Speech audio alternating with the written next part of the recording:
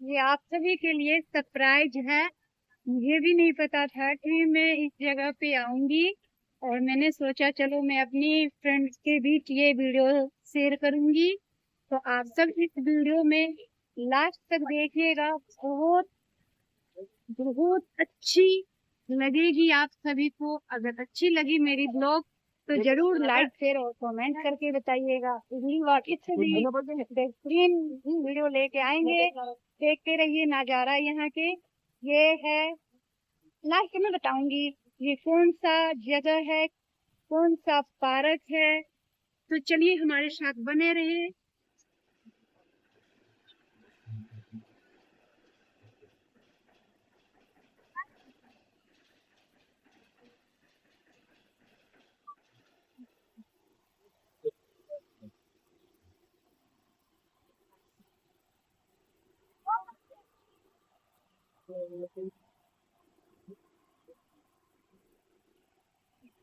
देख सकते हैं आप सब कितनी अच्छी नजारा है। हमें तो मन गदगद हो गई है, मन कुछ समझ नहीं आ रही है।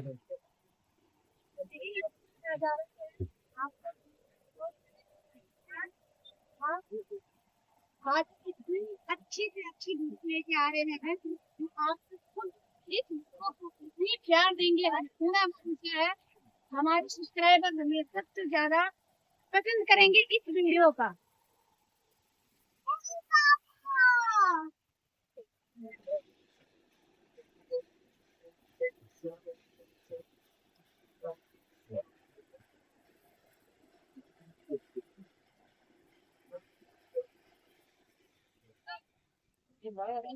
राधे राधे, जय माता दी।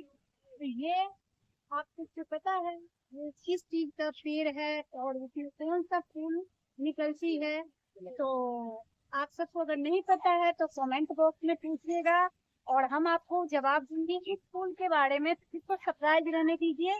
और पता है, मैं एकदम से बैठी हुई थी, मेरे हस्बैंड बोले कि चल आज कहीं मैं घुमा के लेके आ रही हूँ तुझे स्पेशल जगह। तो मुझे भी नहीं पता था कि मैं कहाँ जा रही हूँ, मैं कौन सा जगह पे जा रही हूँ। तो हमारे यहाँ कौन कौन सा जगह है, कहाँ कहाँ जाना होता है और कौन कौन सा ऐसा जगह है जो आपको बहुत इंटरटेनमेंट करेगा। तो चलिए आज हम पूरे इस वीडियो में बताएंगे आप सभी के।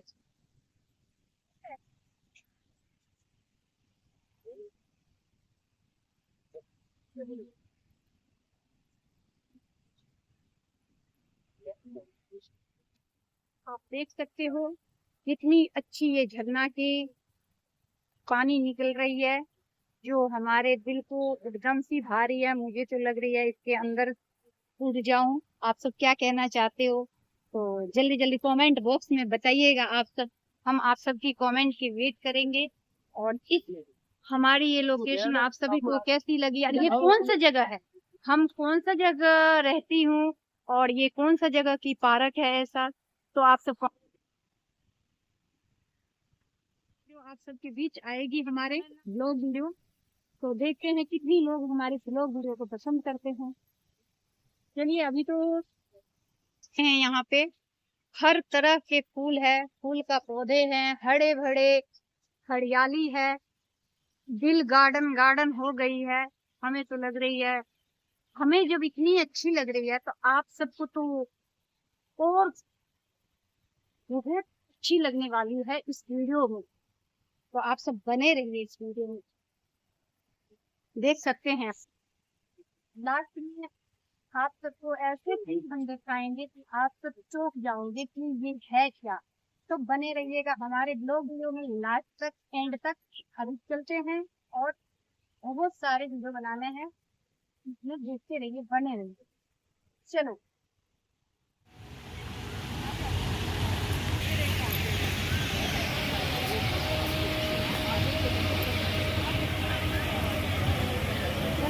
चलते चलिए, अभी बहुत कुछ दिखाना है आप सबको और बताना है। आप सब खुद मजबूर हो जाओगे, कमेंट बॉक्स में कमेंट कर करके पूछोगे हमसे कि ये कौन सा जगह है, कौन सा जगह पे के ये वीडियो है। तो हम आपकी कमेंट के वेट करेंगे और कुछ आवाज़ें आती होंगी आप सबके। ये आवाज़ें ऐसा चिड़िया की है जो अपनी घोंसला में आ गया है। शाम भर तो सुबह से तो पता नहीं इधर उधर इंसानों के तरिया भी वो भी डोलते हैं और शाम होते हुए अपनी घोंसले में आ जाते हैं। तो सभी चिड़िया आपस में बात कर रहे हैं जैसे हम आपस में बात करते हैं। सुनिए उनकी मधुर आवाज़, कितनी प्यारी आवाज़ है। जितनी भी बखान करे उतना ही कम है, तारीफ जितनी करो इनकी उतनी ही बखान है। मुझे तो बहुत मीठी लगती है इनकी आवाज़। आप सबको कैसी लगती है तो जरूर कमेंट बॉक्स में बताइएगा फ्रेंड।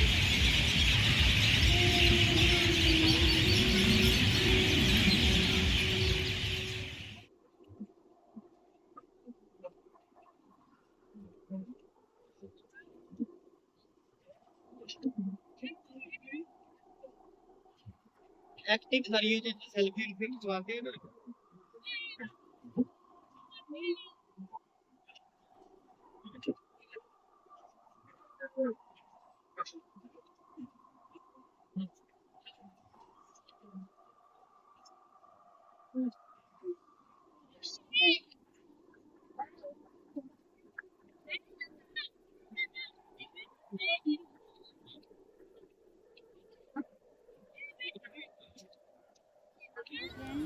तो हम आए हैं ऐसी जगह पे जो आप सबके लिए कुछ अलग, आज हम ब्लॉग वीडियो लेके आएंगे आप सबके बीच।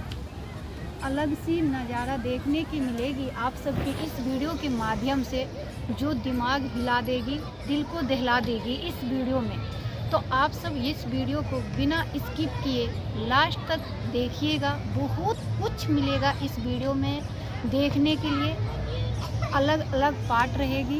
तो आप सब ज़रूर हमारे ब्लॉग वीडियो कैसे लगे और कैसा लगा तो ज़रूर बताइएगा। आप सब खुद मजबूर हो जाओगे और कमेंट हमसे दी आप कहाँ गए थे, ये कौन सा जगह है, ये कहाँ से ब्लॉग वीडियो बना के लाए हैं।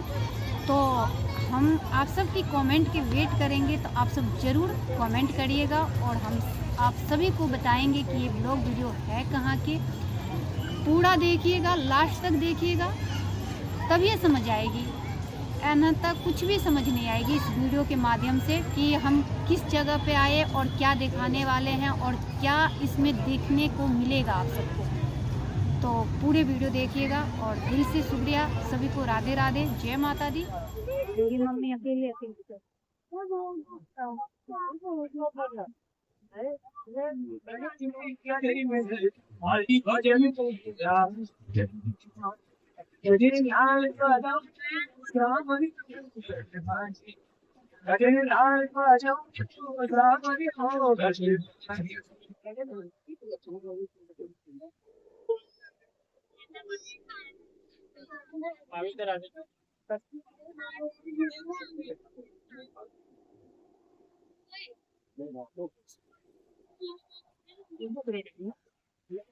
गुड़िया बैठ जाओ बेटा।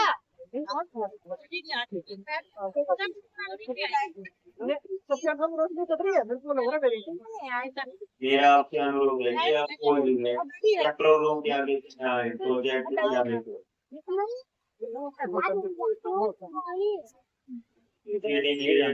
बेटा मैम थोड़ा सा साइड कर दीजिए।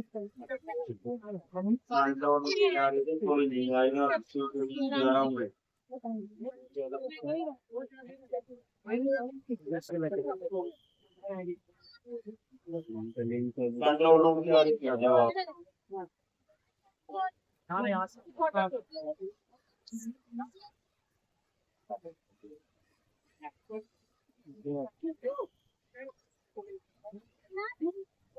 यहाँ पर आप नहीं करेंगे, आप आगे जाओ, आगे कंट्रोल रूम के सामने कोई नहीं है, प्रोजेक्ट के सामने कोई नहीं है।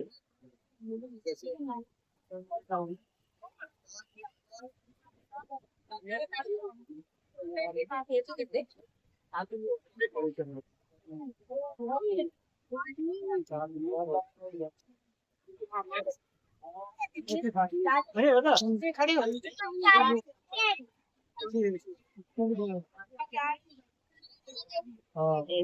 बढ़िया।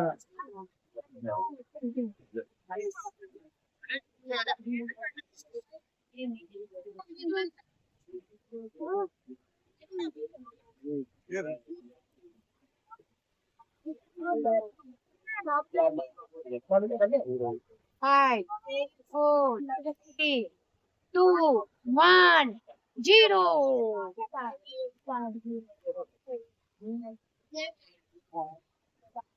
आचार्य ध्रुव वेदों और शास्त्रों की ज्ञाता, धर्म और नीति के पालन करने वाले और युद्ध कला के पराजित गुरु, भारत आचार्य गुरु के एक पर्याय है। आचार्य ध्रुव जिन्होंने कौरवों और पांडवों को श्रेष्ठ योद्धा बनाया और हमें राजधर्म के प्रति निष्ठा का पाठ पढ़ाया। आचार्य ध्रुव महाभारत के प्रभावशाली पात्रों में से एक। भारद्वाज के आश्रम में द्रोण का जन्म हुआ।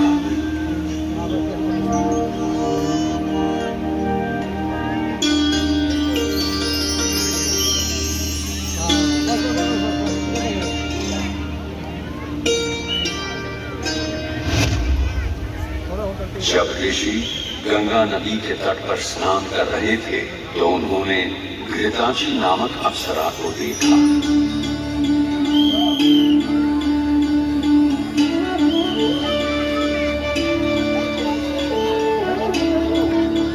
उस क्षण उनके मन में प्रेम उत्पन्न हुआ। प्रेमवश पैदा हुए शुक्र को उन्होंने एक द्रोण अर्थात मिट्टी के पात्र में सुरक्षित कर लिया, जिससे एक दिव्य बालक का जन्म हुआ। मिट्टी के द्रोण पात्र से पैदा होने के कारण उसका नाम द्रोण रखा गया। बचपन में ही आश्रम में उन्होंने वेदों, शास्त्रों और शस्त्रों का अध्ययन किया।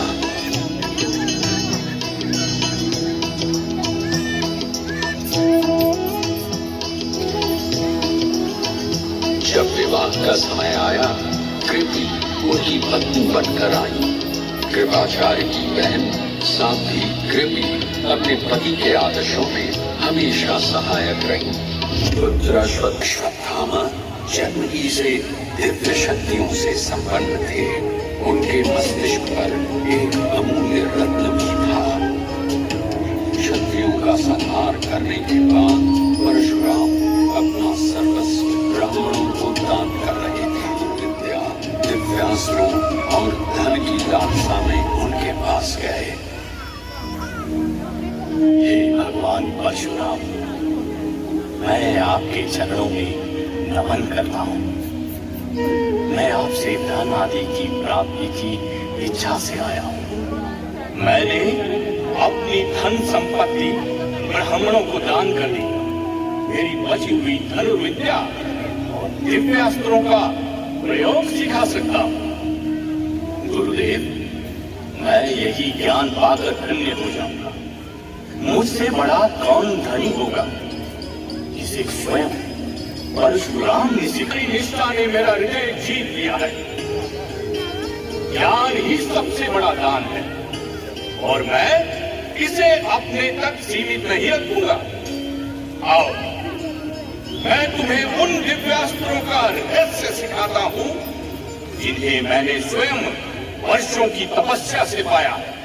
ब्रह्मास्त्र, नारायण अस्त्र, अग्न्याय अस्त्र, ये सभी शस्त्र अब तुम्हारे होंगे। तथास्तु। द्रोणाचार्य और द्रुपद बचपन के मित्र थे। द्रुपद ने अपनी युवावस्था में वादा किया था कि वो राजा बनने के बाद अपनी आधी संपत्ति द्रोण को दे देंगे, लेकिन जब द्रोण अपने कठिन दिनों में सहायता मांगने उनके पास पहुंचे तो द्रुपद ने उन्हें अपमानित किया। द्रोण, मित्रता केवल समान लोगों के बीच होती है। मैं एक राजा हूँ और तुम एक निर्धन ब्राह्मण। हमारी मित्रता अब संभव नहीं। ये अपमान द्रोण के हृदय में गहराई से जुड़ गया। उन्होंने प्रण किया वे इस अपमान का बदला लेंगे। आक्रोश और दुख से भरे द्रोण कृपाचार्य के पास हस्तिनापुर पहुंचकर निश्चय किया। एक पेड़ पर लकड़ी का पक्षी बनवा कर रखा और सभी छात्रों से इस पक्षी पर निशाना साधने को कहा। सभी को पूछा, तुम्हें क्या दिखाई दे रहा है? किसी ने कहने को कहा। अर्जुन से पूछा, अर्जुन तुम्हें क्या दिखाई दे रहा है? अर्जुन ने कहा, गुरुवर मुझे तो मात्र पक्षी की आंख दिख रही है। आचार्य ने कहा, चलाओ बाण। अर्जुन ने उस पक्षी की आंख एक ही बाण से भेद दी। अब द्रोणाचार्य को पूरा विश्वास हो गया कि अर्जुन ही मेरा श्रेष्ठ शिष्य है और द्रुपद से मेरा बदला ले सकता है। जब राजकुमारों की शिक्षा पूरी हुई तो द्रोणाचार्य ने अपनी गुरु दक्षिणा मांगी। कहा, पंचाल देश के राजा द्रुपद को कैद करके मेरे सामने लाओ।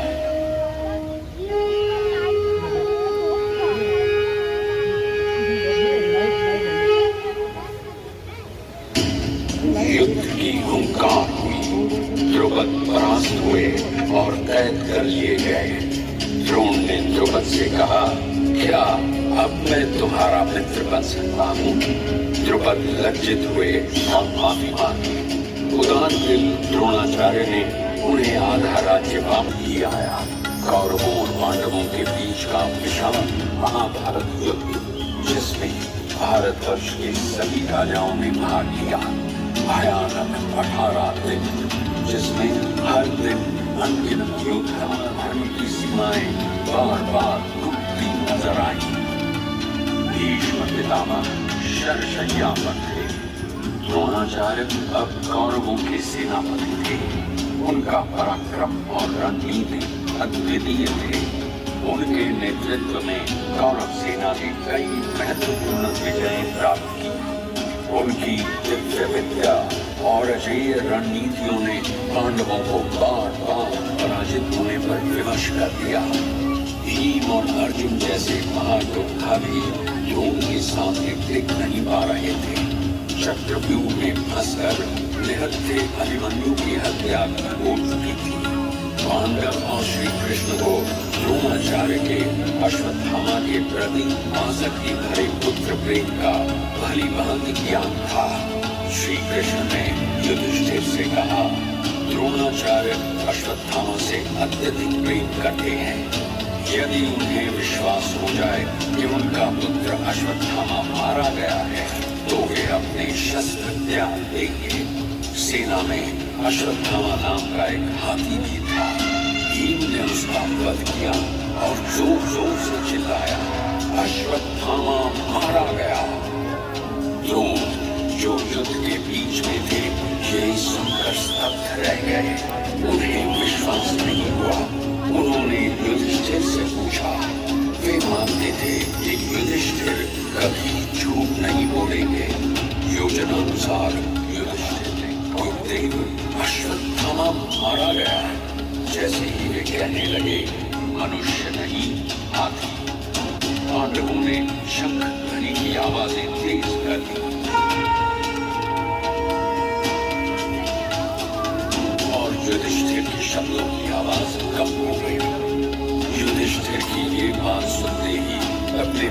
पुत्र के मारे जाने की शोकाग्नि के ताप से वे संतप्त हो उठे और अपने दिव्यास्त्रों का प्रयोग बंद करके उन्होंने पहले की भांति युद्ध करना बंद कर दिया और ध्यान मुद्रा में बैठ गए। सभी योग युक्त महात्माओं ने द्रोण को परम धाम की ओर जाते देखा। योग का आश्रय लेकर श्रेष्ठ महर्षियों के साथ वे ब्रह्मलोक को प्राप्त हुए। धृष्टद्युम्न ने उनके नश्वर शरीर का वध किया। सभी उपस्थित लोगों की आंखों में आंसू आ गए थे। श्रेयान् स्वधर्मो विगुणः परधर्मान् स्वनुष्ठिता स्वधर्मे निधनं श्रेयः परधर्मो भयावहः। श्री कृष्ण गीता में कहते हैं, अपने धर्म और अपने कर्तव्य का निष्ठापूर्वक पालन करते हुए ने दूसरों के धर्म और कार्यों का अनुसरण करने से श्रेयस्कर होता है। द्रोणाचार्य की कथा हमें आत्मनिरीक्षण और आत्मविश्लेषण के लिए प्रेरित करती है। द्रोणाचार्य मनुष्य के भीतर के द्वंद्वों और उनके बीच के चुनावों के सबसे प्रतीक होकर जश्न मना रहा था। उन्होंने कहा, यहाँ हर इंसान का गुजारा हुआ पल संरक्षित है। इन पलों को यहाँ क्यों रखा गया है? हर इंसान के जीवन में अच्छे और बुरे समय का एक संतुलन होता है। ये पल इंसान को याद दिलाते हैं कि जीवन में हर प्रकार का समय आता है। हर एक पल महत्वपूर्ण होता है और कुछ न कुछ सिखा कर जाता है। इसके बाद समुद्रगुप्त अंधी को एक और श्रेष्ठ मिलेगा। कहा, ये खोए हुए समय का महल है। यहाँ वे पल हैं जो लोग अपने आलस्य या गलत फैसलों से खो देते हैं। आओ, इन पलों में से एक पल को खोजो और उसे दूसरी दिशा में मोड़ दो। अंधी ने कांच से टुकड़ी में एक लड़की को देखा। वो गाना गाना चाहती थी, लेकिन वो डरी हुई थी। पुरजोर कोशिश नहीं कर पाई थी। अंधी ने कांच को छुआ और खुद को उस लड़की के सामने पाया। उसने लड़की से कहा, तुम्हारे पास ये समय दोबारा नहीं आएगा। अगर तुम अपने सपने के लिए कोशिश नहीं करोगी तो ये पल हमेशा के लिए खो दोगी। लड़की ने अंधी की बात समझी और अपनी कोशिशें फिर से शुरू कर दी। समुद्रगुप्त ने कहा, तुमने समय के महत्व को समझा है। खोया हुआ समय वापस लाना कठिन है, लेकिन असंभव नहीं।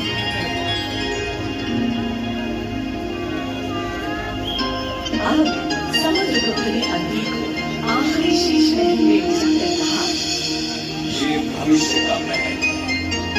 यहाँ हर व्यक्ति का भविष्य लिखा हुआ है।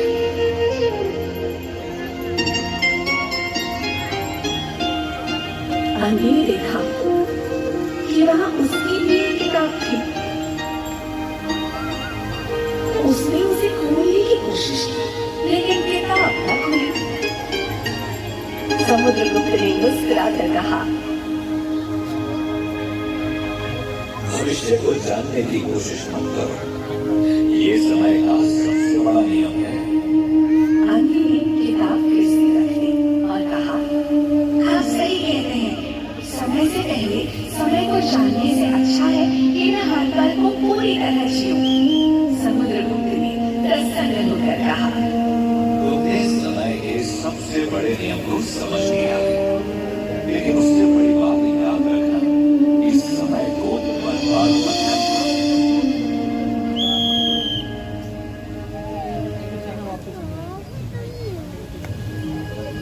अंधी चाही तो वो फिर से अपनी लाइब्रेरी में थी। उसे ये यात्रा केवल एक रहस्यमय सफर नहीं थी।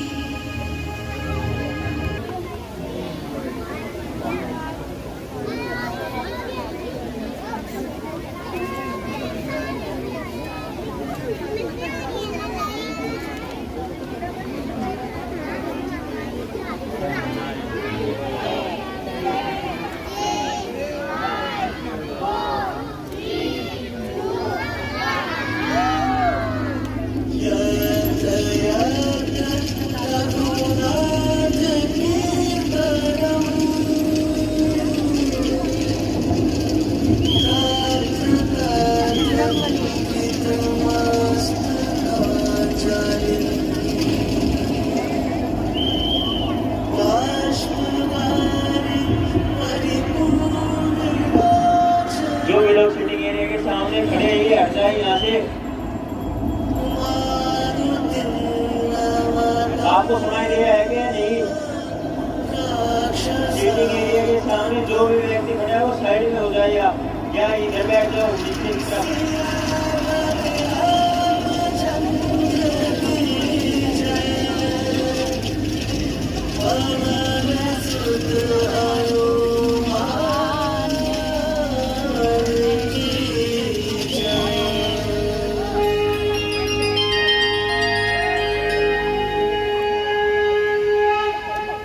त्रेता युग अंजना और केसरी के आंगन में इसमें से वायुदेव निकाल के के आशीर्वाद से और इसके बारे में पैदा बता। हुआ। ठीक है, नाम इसमें रखा आवाज जाएगी। जब बालक का जन्म आप हुआ, सब देख के उसका बताइए शरीर मेरा मिनी ब्लॉग आपको कैसा उसका लगा। मैं हंसना नया चमक रहा। लोकेशन पे आई हूँ, ब्लॉग बना रही हूँ आपके लिए। तेज था। ठीक है, आप सब बताइए मेरे को आपका कैसा लगा। इतना कि एक दिन पर लगा आप सब और ये वे पृथ्वी न्यू पर लोकेशन पे आए हैं। आप सब ये वीडियो इसी कारण से मारुति हनुमान के प्रमाण रोक दिया। न्यू लोकेशन पे आए हैं। आपको ये मेरी ब्लॉग आप इससे सृष्टि संकट में आ गई। ब्रह्मा जी समेत सभी देवता वायुदेव से प्रार्थना करने लगे। इंद्रदेव ने माफी मांगी और हनुमान जी को अमरता और अजेयता का वरदान दिया। एक दिन उन्होंने खेल में कुछ ऋषियों के यज्ञ में बाधा उत्पन्न की। वे कभी उनके बातों को इकट्ठा कर देते, कभी उनके वस्त्र खींच लेते। अब ऋषि क्रोधित हो गए और उन्होंने हनुमान को श्राप दिया, हे बालक, तुम अपनी शक्तियों का दुरुपयोग कर रहे हो, इसलिए हम तुम्हें श्राप देते हैं कि समय आने पर तुम अपनी शक्तियों को भूल जाओगे। शक्तियों को भूल तो जाओगे, परंतु जब भी कोई तुम्हें तुम्हारी शक्तियों को स्मरण कराएगा तो वे शक्तियां पुनः जागृत हो जाएंगी। दिन बीते, बाली से हारने के बाद सुग्रीव हनुमान के साथ किष्किंधा के गहरे जंगलों में रहते थे। वहीं उनकी भगवान राम और लक्ष्मण जी से हुई वनवास के दौरान भगवान राम अपनी पत्नी सीता को खोज रहे थे। हनुमान ने राम को देखा और अपने प्रभु को पहचान लिया। वे तुरंत उनके चरणों में झुक गए। महाभारत का एक कहानी भगवान समुद्र कैसे पार हो। जामवंत ने हनुमान को अपनी भूली हुई ताकतों के बारे में ज्ञान दिलाया। भगवान, क्या आप जानते हैं आप कौन हैं? आप तो पवन देव के पुत्र हैं। आप खुद ब्रह्मा जी का वरदान है। आपको कोई नहीं हरा सकता। हनुमान जी स्वयं को पर्वत जितना विशाल कर समुद्र को पार कर लंका पहुंच गए।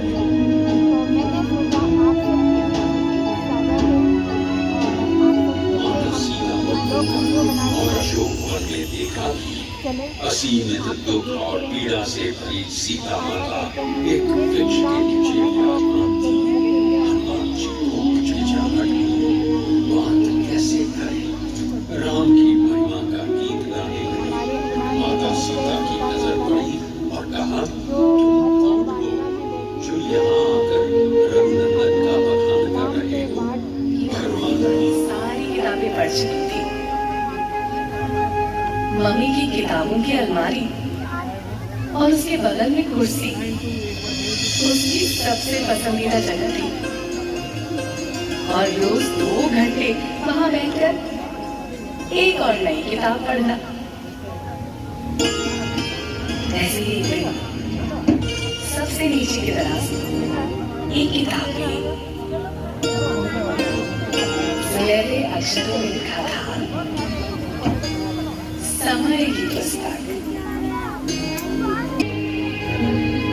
कमरे की दीवारें हल्की सी हिलने लगी और जब रोशनी थमी तब अन्वी ने खुद को एक अजनबी जगह पर पाया। ये जगह जादुई थी। आसमान बैंगनी था और हवा में चमकीले कण तैर रहे थे।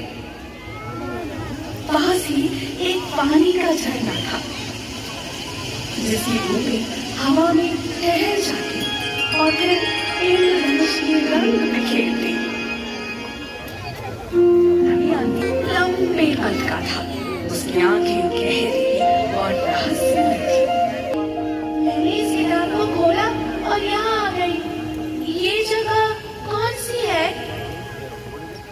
समुद्रगुप्त मुस्कुराए और बोले, ये काल लोक है। ये वो जगह है जहाँ समय के हर क्षण का लेखा जोखा रखा जाता है।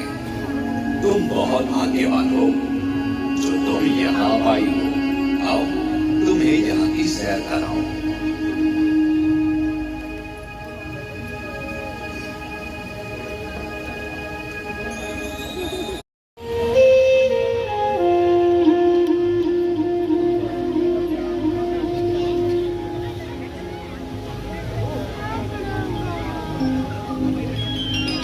वहाँ रहती है अन्वी।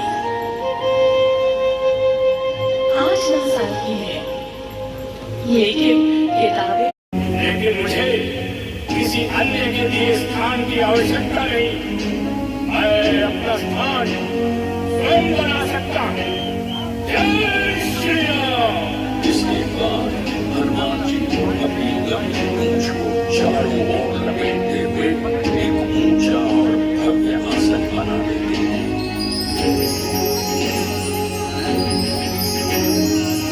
रावण कहते हैं, अरे वानर, तुम्हारी इतनी हिम्मत कि तुम मेरे सामने इतना ऊंचा बैठे। मुझे इस सम्मान का मूल्य चुकाना होगा। अपने सैनिकों को उनकी पूंछ में आग लगाने का आदेश देते हैं। जैसे ही उनकी पूंछ में आग लगाई जाती है, हनुमान जी अपनी दिव्य शक्ति का प्रदर्शन करते हैं। वे अचानक अपने आकार को बढ़ा देते हैं और रस्सियों को तोड़कर मुक्त हो जाते हैं। इसके बाद हनुमान जी जलती हुई पूंछ के साथ लंका के हर कोने में दौड़ने लगते हैं और आग लगाते हैं। उनकी गति इतनी तेज होती है कि राक्षस उन्हें रोकने में असमर्थ हो जाते हैं। अब युद्ध की बारी थी।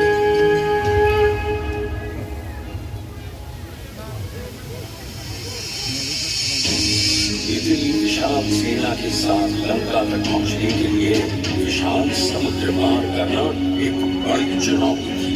भगवान राम ने समुद्र देवता का ध्यान किया और उसे मार देने की प्रार्थना की। जब समुद्र देवता प्रकट हुए तो उन्होंने सुझाव दिया कि वानर सेना पत्थरों पर श्री राम को देखकर पत्थर समुद्र में फेंकेंगे तो वे डूबेंगे। हनुमान जी ने पहला पत्थर स्वयं उठाया और उस पर श्री राम का नाम लिखकर समुद्र में डाला।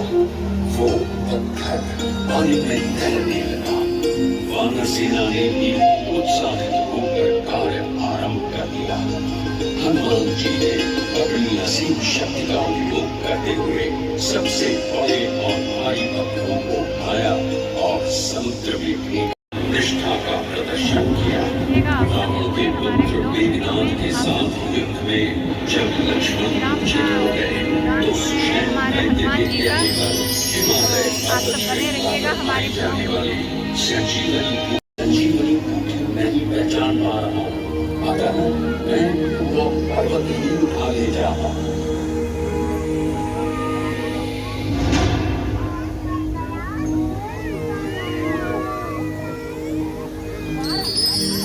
लक्ष्मण को जीवन दान मिला। सुषेण दैत्य ने संजीवनी बूटी हो वो मोती मेरे किस नाम का। एक और दिन जब उनसे करने की परीक्षा मानी गई तो उन्होंने अपना सीना चीरकर उठाया और उसमें भगवान राम और माता सीता की दिव्य छवि दिखाई दी।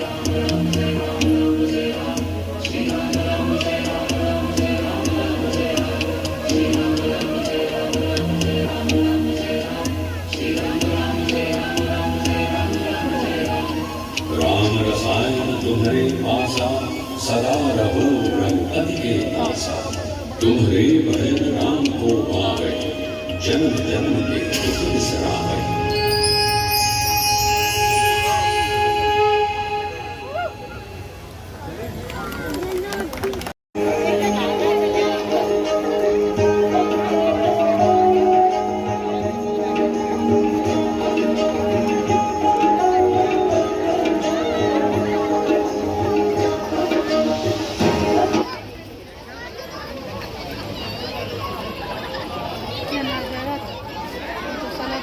वृंदावन काशी मिलता जी राम जी की है।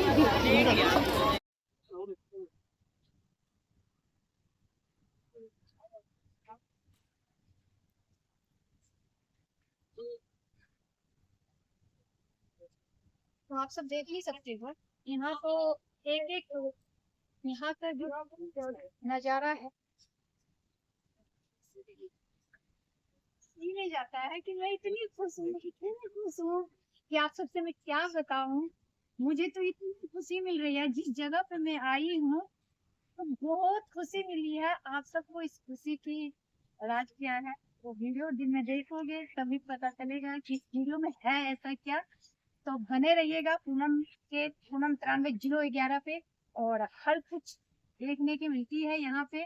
तो बहुत लोगों हमारे जितने सब्सक्राइबर हैं सभी बोलते थे कि दी आप लोग वीडियो डालो, सिस्टर आप लोग वीडियो डालो, भाभी लोग वीडियो डालो, तो लेके आ गए हैं पूनम जी न्यू ब्लॉग वीडियो। तो आप सब देखना ना भूलना मेरी फ्रेंड, और देखिएगा इस ब्लॉग वीडियो को।